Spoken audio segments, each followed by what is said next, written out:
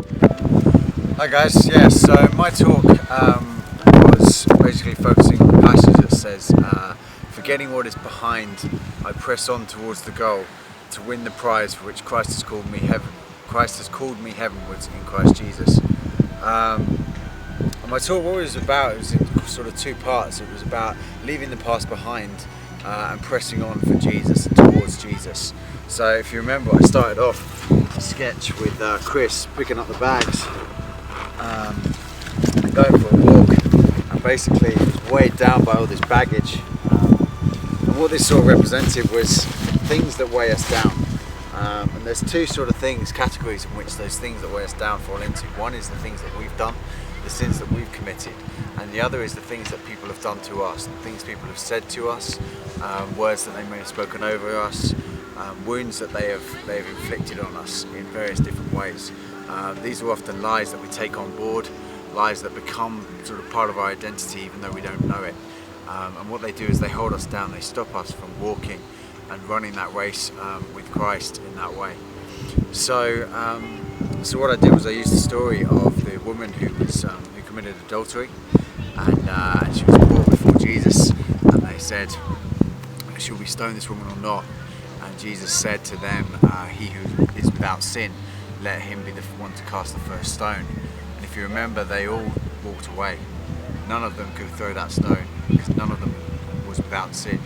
Only Jesus is without sin. And what Jesus then said to the woman was, "Neither do I condemn you." And that's the sort of message I wanted to bring, was that he doesn't condemn her and no one else has the right to condemn her. And so what Jesus does is he takes that baggage and he throws it away, he takes it off you, and that's what Jesus can do. And he will heal old wounds. And then that moved me on to sort of the idea of that those wounds have become scars. So if you remember the story about when I hit myself in the face with the tennis racket, I've got the scar as a result of that, and what that does is that reminds me of what happened, and I learn from it, I learn from that experience.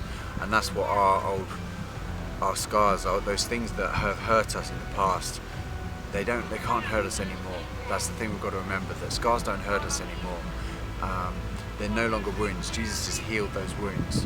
But we can remember that healing process, we can remember what Jesus has done for us, and any mistakes that we've made that have caused those wounds, we can learn from those and remember not to make them again, how to not make them again. And then, having sort of moved on and forgotten, left the past behind, what I was talking about was we want to press on for Jesus. We want to press on towards that goal. Remember, I was talking about Usain Bolt and how he has his eyes fixed on the prize, his eyes just fixed on that finish line, and he just bursts free of it, of the blocks when he starts off. And that's what we do when we become Christians. We are set free by Jesus. We get those bags and they are dropped. And so what we need to do is we need to press on towards the goal. Our race isn't short, it's not a sprint, it's a marathon, it's longer than marathon.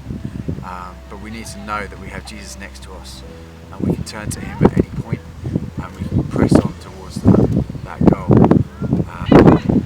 So the final thing is really that, we are set free by Christ, and we can press on for that, for Christ, we can press on for that. So leave the past behind and press on for Jesus.